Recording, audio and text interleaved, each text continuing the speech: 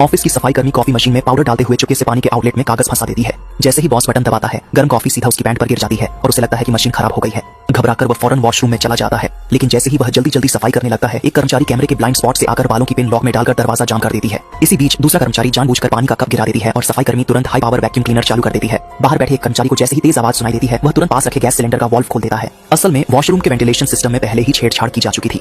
जैसे ही सिलेंडर से carbon dioxide निकलनी शुरू होती है, सफेद धुआं तेजी से पूरे वॉशरूम में भर जाता है। बॉस को खतरे का एहसास होता है। वह घबराकर दरवाजा खोलने की कोशिश करता है, लेकिन दरवाजा पहले ही जाम किया जा चुका था। बाहर वैक्यूम क्लीनर की तेज आवाज उसकी चीखों को पूरी तरह दबा देती है। कुछ ही मिनटों में बॉस बेहोश होकर जमीन पर गिर जाता है।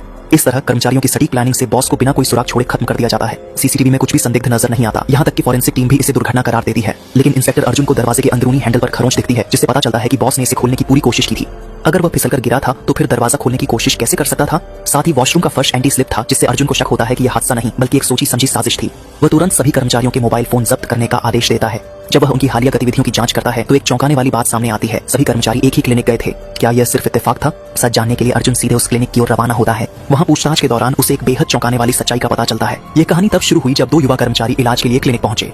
वे लगातार सिरदर्द और नींद न आने की शिकायत कर रहे थे। उनके खून की जांच की गई तो उनके शरीर में एक अज्ञात रसायन पाया गया। चूंकि वे दोनों एक ही ऑफिस में काम करते थे, डॉक्टर को शक हुआ कि यह उनके ऑफिस से जुड़ी कोई समस्या हो सकती है, इसलिए उसने उन्हें बाकी कर्मचारियों से पूछने के लिए कहा। लेकिन उसी रात पूरी कंपनी के कर्मचारी क्लिनिक पहुंच गए, जिससे डॉक्टर हैरान रह गया। ऑफिस में हर किसी को किसी न किसी तरह की शारीरिक समस्या हो रही थी। किसी के बाल झड़ रहे थे, किसी के नाखून खराब हो रहे थे, तो कुछ की सुनने की शक्ति कम हो रही थी। लैब टेस्ट से पता चला कि उनके शरीर की कोशिकाओं में अजीब तरह के बदलाव आ रहे थे, जो किसी अज्ञात पदार्थ की वजह से थे। बातचीत के दौरान किसी ने बॉस का नाम लिया, जिसे सुनकर डॉक्टर को कुछ अजीब लगा। जब उसने इंटरनेट पर सर्च किया तो पता चला कि उनका बॉस एक प्रसिद्ध बायोटेक कंपनी का मालिक था। यह जानकर डॉक्टर के मन में एक खतरनाक शक जन्म लेता है।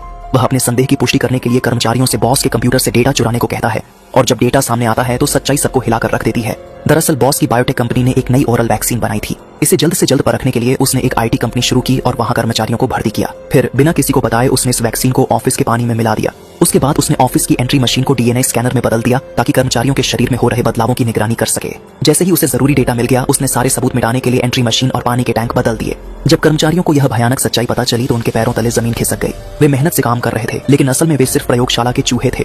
सबसे बड़ा झटका यह था कि वैक्सीन के कारण हुए नुकसान स्थायी थे, यानी उनकी अनिद्रा, गंजापन और बांझपन जैसी समस्याएं जिंदगी भर बनी रहेंगी। डॉक्टर ने उन्हें सलाह दी कि वे कानूनी मदद लें, लेकिन वे जानते थे कि कानून हमेशा अमीरों के पक्ष में होता है। इसलिए उन्होंने खुद इंसाफ करने का फैसला कर लिया और इसी तरह बॉस की हत्या की साजिश रची गई। सच्चाई जानने के बाद अर्जुन का मन बेचैन हो उठा। जब उसने उन कर्मचारियों का दोबारा सामना किया तो उसकी सोच पूरी तरह बदल चुकी थी।